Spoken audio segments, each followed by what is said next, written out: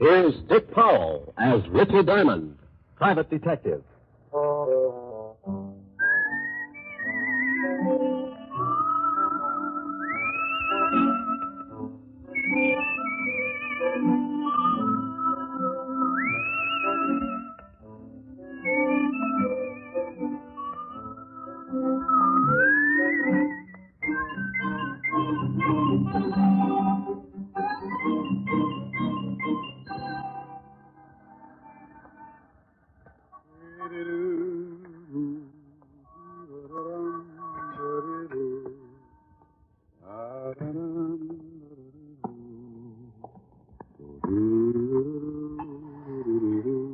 Good afternoon, Mr. Diamond. Oh, afternoon, Ed.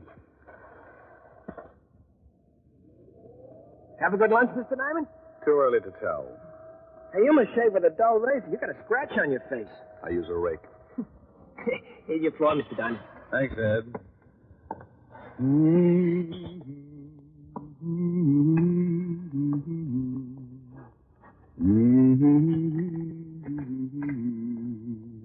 Well, customers. Good afternoon, gentlemen. What can I do for you?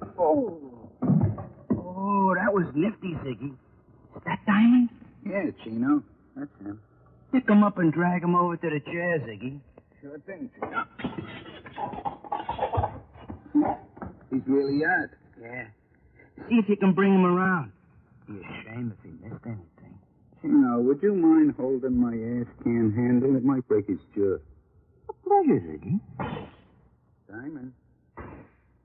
Diamond. He looks like he ain't gonna make it. Maybe he slapped him too hard. You hurt me, Ziggy. You know how careful I am. Here. Try this pitcher of water. I felt like I was lying in the middle of a crowded sink and someone had piled all the dishes on my head. They turned on the faucet and I floated up with a dirty coffee cup and took a look around. I treaded water and squinted through my dewy eyelids at two of the ugliest dishwashers I'd ever seen. He's twitching. Oh. See, Ziggy, he's just lazy.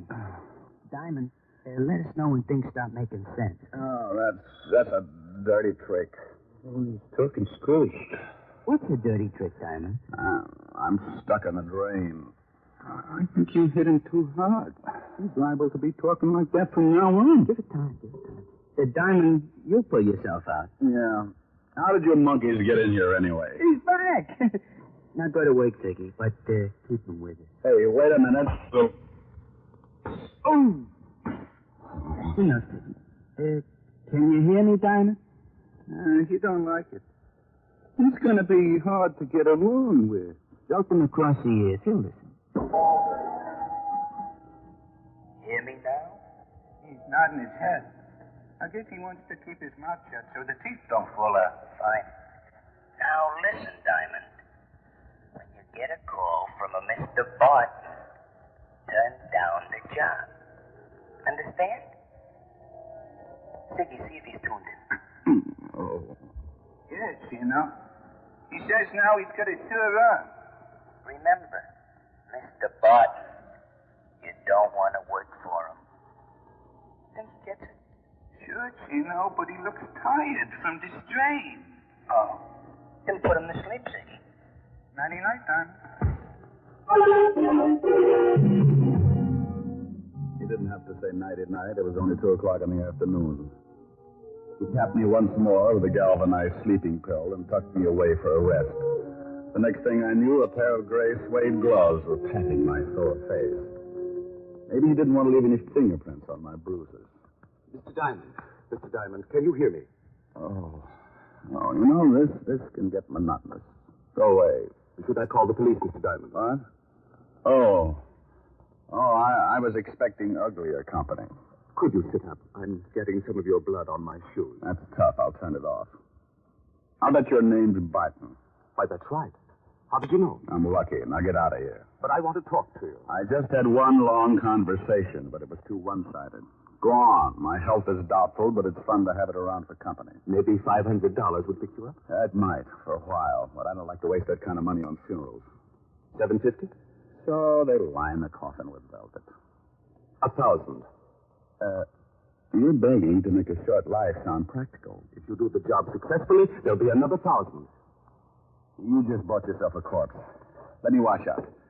Talk some more. I can hear you. It's my son, Roger. He thinks he killed a man. He thinks. What do you want me to do? Find out for sure so he can brag about it? Ever heard of a John Alter? Sure. Walt Levinson sent him up 5 years ago on a manslaughter rap. Well, he doesn't like it up there, and he'd like to get out. I don't blame him. What's this got to do with your son? I'm chairman of the parole board. Oh, you look much better now, Mr. Diamond. I can't stand the sight of blood. It doesn't bother me. It happens every week. So, you're the chairman of the parole board. Yes, some of Alter's friends promised to keep quiet about my son if I let Alter go free when he comes up before the board next week. Hmm? And you think maybe your son was framed? Yes, about a month ago, he met a girl in Florida. Her name is Lenore Brown, and she's a friend of Alter's. How did they spring the frame? I beg your pardon. You must associate with a higher type thug. Spring the frame. Made it look like your son killed somebody. Oh. Well, when Roger, that's my son, went to pick up the Lenore girl at her apartment, he found her struggling with some man. That happens. It looked like he was trying to kill her. There was a gun on the floor, and she called to Roger for help. He picked up the gun and shot the man. She told Roger he had killed him and that he must get out. When we went back, they were both gone. About a month later, some of Alter's friends got in touch with me. Oh, and they forget about the killing if you let Alter out of Sing Sing. That's right. I don't remember reading anything about it in the papers. Well, you're the first one outside of Alter and his friend who know anything about it. You see, they say they're hiding the corpus delicti, so there was no report of the murder. Keeping a stiff handy isn't that easy. Why didn't you call the law? If my son did kill this man, that's the first thing I intend doing. But I have a feeling this man is not dead. Oh, you think maybe they staged the killing, put blanks in the gun, and after your son beat it, the stiff walked out under his own steam? That's what I want you to find out. If my son is innocent, I want you to bring the parties responsible to justice. Amen. There's a check for $1,000. If you find the girl and prove my son innocent, there'll be another 1,000 in your pocket. I'll sort the holes. Well, thanks, Mr. Barton. I'll start right away. Goodbye, Mr. Diamond. You can reach me at the Wentworth Hotel. I'm staying there until this matter gets cleared up. I won't get in touch with you unless I find something. The guys who worked me over are pretty set in their ways, and there's no sense in you tripping over a lot of dead bodies.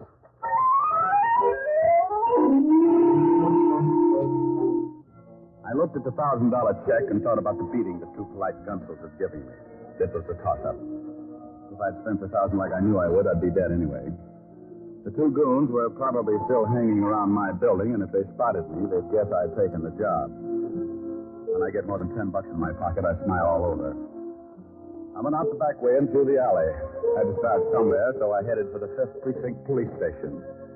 When you're looking for a killer, homicide's got all the road maps on murder. An old friend and ex-partner was in charge. The men who worked the detail called him Lieutenant Levinson, but he had a couple of friends who still called him Rolf. I was one of them. You earned that right when you worked for a guy for 6 years. After I left the force, Walt started doing solo, but he now had a sergeant who stumbled around after him. His name was Otis, and he had the biggest feet in the state of New York. Every time he took off his shoes, I wanted to grab a champagne bottle and launch them. I don't think he liked me. When I walked in, his face always looked like an advertisement for a sour stomach. Well, Richard Diamond, private detective. Well, Sergeant Otis, homicide's answer to the missing link. What was that last word? Well, you're half safe. I said link. Walt in? Yeah. You turn the knob and you push. Why don't you get that uniform cleaned? Some dad's going to get up and walk to the station without you. Well, hello, Rick. If you got... You must get tired changing your face every day. Somebody shove you around again? Been catching up on my patty cake, Walt. Tell me, did you ever know a bit of fluff named Lenore Brown? Sure, John Alder's expense account. Used to hold hands before I sent him up. Know where I can find it? Alder's still got her staked out. And if he's stir, he's going to come back and dig up the claim. You better forget about it. She's got the antidote for lonely nights, but some of Alder's boys are protecting it. I know, yeah. They gave me a pep talk this afternoon. And then listen to him. Better watch some game from the bench. Well, you never can tell. I might make a score. Well, you're outweighed, outclassed, and liable to be outlived. She used to work at the Black Swan in Florida. You heard Alder was trying to get a parole, and she came to New York to be close to him. Any line on her here in town? No, but if she's seeing Alder, you might spot her on a visitor's day. And now, look, Rick, why don't you stop chasing two-bit thugs and come back on the force? I never had no system we were working together. You know how I feel about that, Walt. I'm a restless guy. Sometimes I like to sleep late in the morning. Okay, Rick. Want me to call the warden and tell him you're coming? Yeah, thanks, Walt. Take it easy. Bye, Rick. Be a good boy. Yes,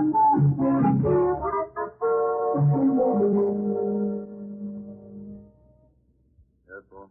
Mr. Richard Diamond to see you, Warden. Oh, send him in. You can go on in, Mr. Diamond. Thanks, Paul. Well, Rick, how are you? It's been a long time. I know a lot of guys who wouldn't like to hear that, Warden. How are you, Jim? That's right. What's on your mind?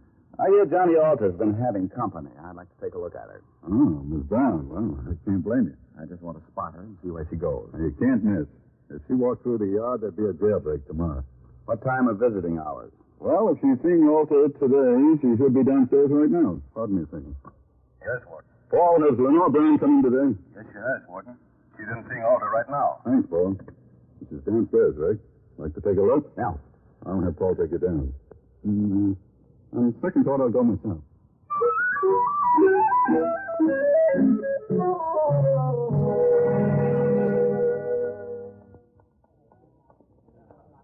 There she is, sitting at the end table talking to Alta. Oh. Now I know why Alter needs a lot of money. She's wearing enough ink to carpet Radio City. You should get a load of her on a warm day. Coat doesn't stop me. She'd show up, even if she's wearing a tent. How long has she got with Alter? About another 5 minutes. Warden, maybe I'll let you put me away for a couple of years. There's something like that to look forward to on Visitor's Day. I might go for the change. Well, you'd get tired of just talking. Think what you could do on the outside. Yeah, I am, but it would probably send me right back up here. Want to stick around till she's through talking? Thanks, Jim. I'll wait in front till she comes out.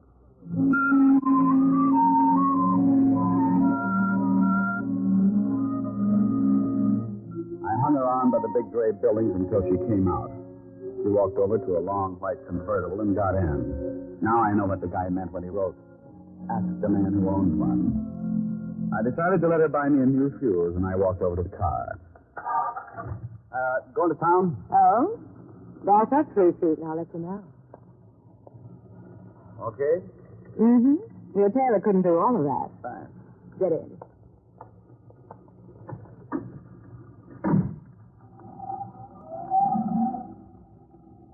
Visiting? Yeah, the warden's no friend. How many years did you know him? Baby. I've been going home every night all my life. Every night. Almost. What do you do with the almond? Depends. Everybody likes something different. You must get tired, since you have new ideas. No, I don't think much. It's more fun being surprised. What are you stopping for? We just got started. Surprise? Oh, yeah. And the nickel-plated one. Look, baby, you don't have to pull a gun. If I'm getting fresh, I'll get out and walk. You sit right there, Diamond. Oh, name dropper. Mm-hmm. Expecting company? Mm-hmm, and you've met them before, honey. That's nice. I wouldn't want you to get stuck with the introductions. That's your friends coming along in that car? It could be. I'll hold real still. They'll only shoot you this time. Sometimes you're lucky. When a dame's got a gun on you, you don't stand much of a chance unless she's got her mind on something else. This one did. And when she looked up in the rearview mirror to make sure it was her boys, I tagged her. My two playmates were just pulling up in the green sedan when I went out of the car like a dry transmission. He let go just as I dived off the side of the road and hit the center embankment. I rolled at the bottom and came up looking like an exhibit for smallpox. He's down the hill. Go get him, Ziggy. There was a line of trees just off to the right, and I got to them just as Ziggy tried again. He needed a rifle. I was running through the trees then, and I could hear Ziggy somewhere behind me, falling all over himself.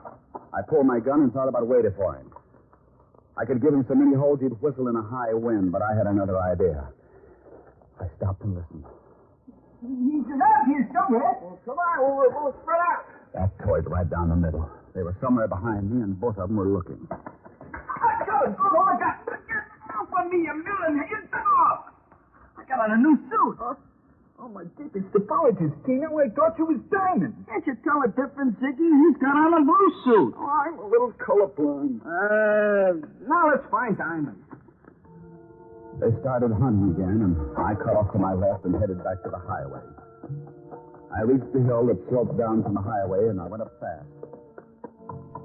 The cars were about 100 yards down the road, and I used my last lung getting there. Lenore was still out, just like I'd left her when I put her to sleep. I went over to the Gunsel's car and lifted the hood. Chino and Ziggy could apologize all night while they looked for a new distributor. I went back to the white convertible with the unconscious nylons and got in.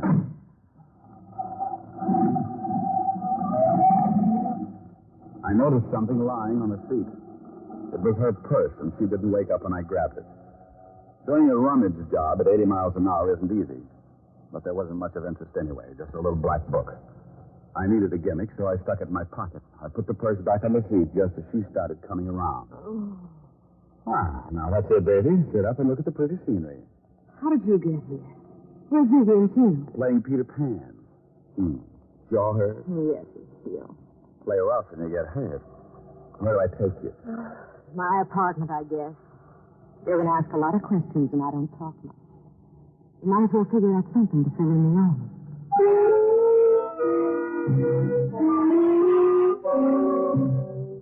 I drove to her place on East 51st and walked into the door. She looked at me like a fat woman eyeing a French pastry, and her mouth slipped down to her shoelaces when I gave her a peck on the cheek and left her standing with an old front doorknob in her hand. I knew she wasn't going to spill anything, even if I got her drunk. Besides, she could probably drink Tony Galento under the table and still be sober enough to play hopscotch. I went back to the office and took out her little black book. There were a lot of names, and some of them I knew. Chino, and after it, likes his work. And Ziggy, and after his name, has own gunner. Yeah, Richard Diamond, too. I never did figure out what the 3 stars were for. I'd forgotten all about my date with Helen when the phone rang. Yeah? Hello, Rich. This is from Sunday Chop Suey Parlor. Well, phone will call Mr. Richard Diamond to the phone chop. He's got a date and she doesn't like being stood up. Hello, Helen. Hi. What was all that about? Forget you had a date with me? Yeah, I did. And I'm sorry, baby, but right now I'm being chased like a hopped-up fox, and I haven't had time to curl up and relax. You're impossible. I know it. Want your sorority pin back? Well, I'll make up my mind when you get here. I'll give you my Lone Ranger magic decoder. You fool. Are you still going steady? Oh?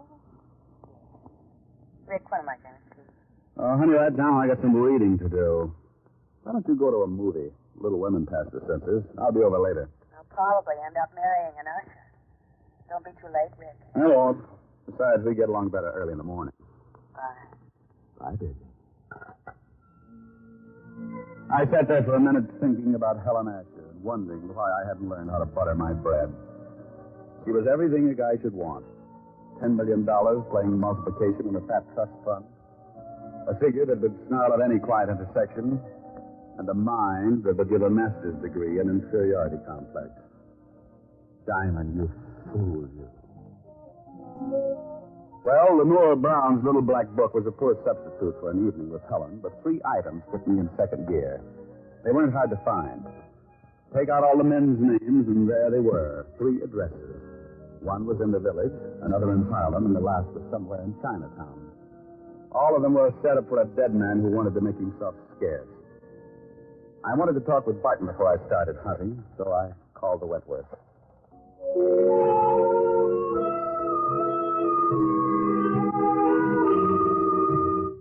I walked out, got back in the cab, and marked off Greenwich Village in the little black book. The second address was on the fringe of Harlem, the Hill, they call it.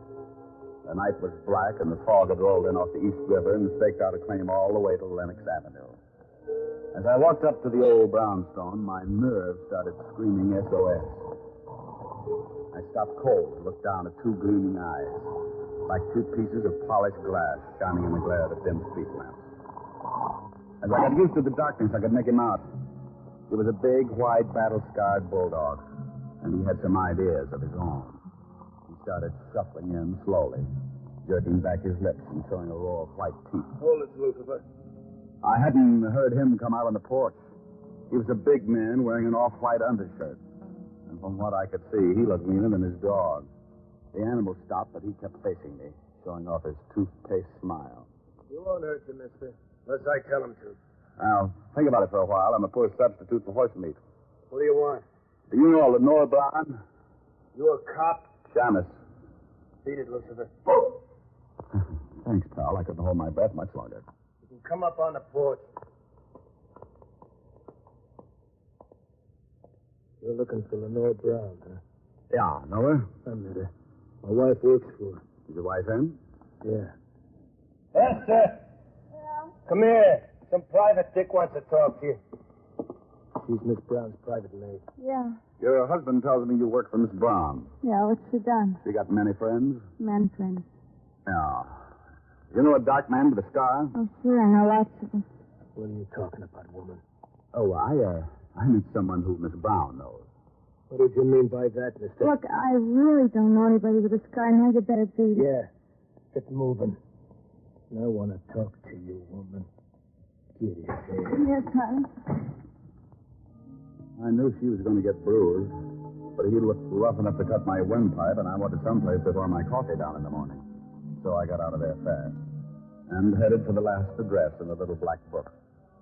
The place was on one of those narrow, dark streets. It was so quiet you could hear yourself change your mind. A sign above the door read Pansy, so I pushed it open and went in. If I didn't find a man with a scar here, I was out on strikes. It was a little restaurant on the bottom floor of a two-story building. A quiet waiter slipped up and showed me to a booth.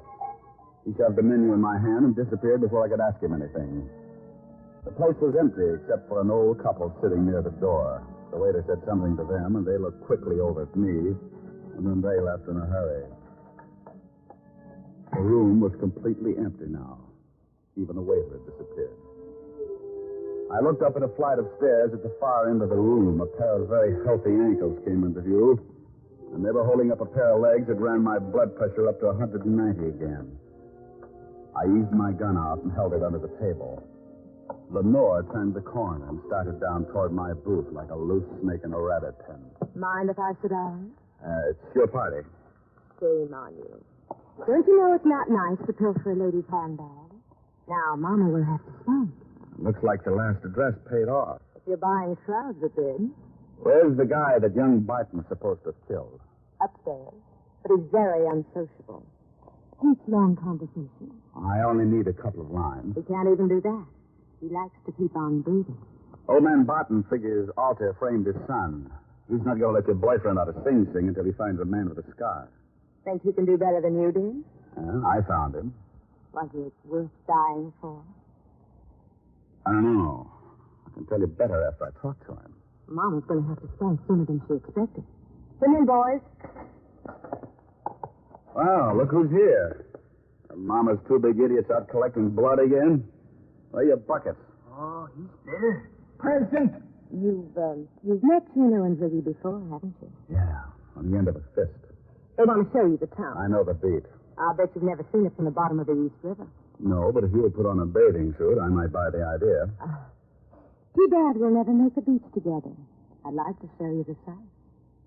Boys, you better help Mr. Diamond out of the booth. I think he's stuck.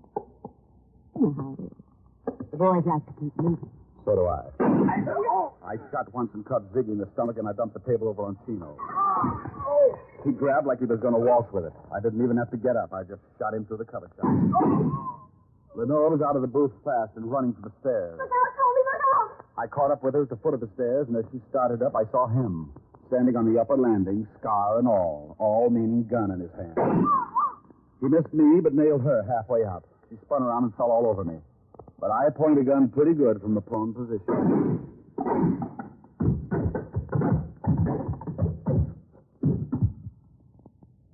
You should have kept your nose up, mister. A bad landing washes you out.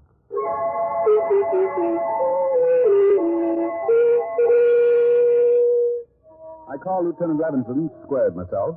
Then homicide came down and cleaned things up. They were all dead, and I figured I never would reach the beach anyway. I phoned Barton, who took his son down to the morgue to look over the night's tape. Young Barton identified the man with the scars, the one he thought he'd killed. They gave me the notch, and I made another call. This time to a pair of silk pajamas with an understanding heart. It was late, but I was hungry.